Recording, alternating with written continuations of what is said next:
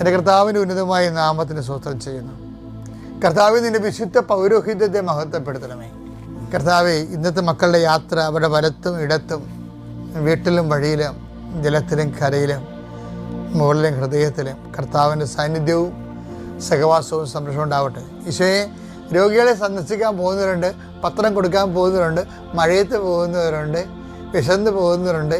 എല്ലാവരും നീ ഏറ്റെടുക്കണമെന്ന് പ്രാർത്ഥിക്കുന്നു കർത്താവെ.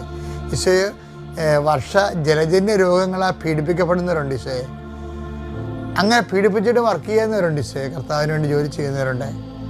കർത്താവിൽ ഭൂമിയിലെ വിശ്വാസം വർദ്ധിപ്പിക്കണമേ കർത്താവെ. നീ എന്നും ആശങ്കപ്പെട്ടിരുന്ന ഒറ്റ ഒരു കാര്യം, മനുഷ്യപുത്രം വരുമ്പോൾ ഭൂമി വിശ്വാസം ഉണ്ടായിരിക്കുമെന്നാണ്. ഇപ്പോൾ നീ പറയുന്നു, പ്രാർത്ഥിക്കുമ്പോൾ ഭൂമിയെ വിശ്വാസം വർദ്ധിക്കാൻ വേണ്ടി പ്രാർത്ഥിക്കണം കർത്താവെ. എല്ലാ രാജ്യങ്ങളിലും ഉള്ളവരെ വിശ്വാസത്തിലേക്ക് വരാൻ ഇടയാക്കണം പ്രാർത്ഥിക്കുന്നു.